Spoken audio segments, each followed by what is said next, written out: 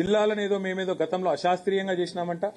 అందుకే జిల్లాల కోసం జిల్లాల మరి ఏర్పాటు పైన అధ్యయనం చేయడానికి రిటైర్డ్ జడ్జి గారి నేతృత్వంలో ఏదో కమిషన్ వేస్తున్నామని చెప్పి వారు చెప్తా ఉన్నారు. దీని వెనకాల ఉన్న ఎజెండా స్పష్టంగా కనబడతా ఉంది.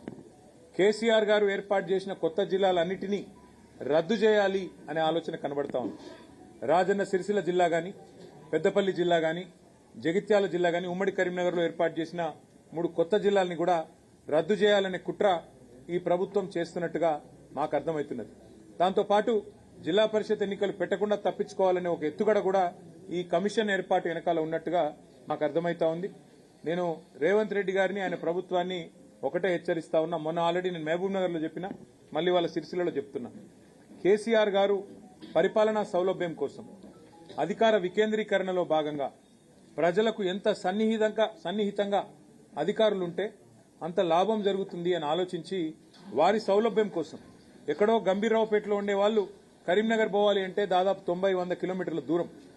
అలాంటి పరిస్థితి నుండి సన్నిహితంగా ప్రజలకు అత్యంత సన్నిహితంగా జిల్లా కార్యాలయాలు, జిల్లా అధికారులను, జిల్లా యంత్రాంగాన్ని ఇక్కడ ఏర్పాటు చేస్తే మరి మీరేమో దాన్ని తొలగిస్తాము, ఇది అశాస్త్రీయంగా ఉంది అంటే మరి ప్రజల చేతుల్లో మీకు పరాభవం తప్పదు, ప్రజల చేతుల్లో కాంగ్రెస్ పార్టీకి చావు దెబ్బ తప్పదు.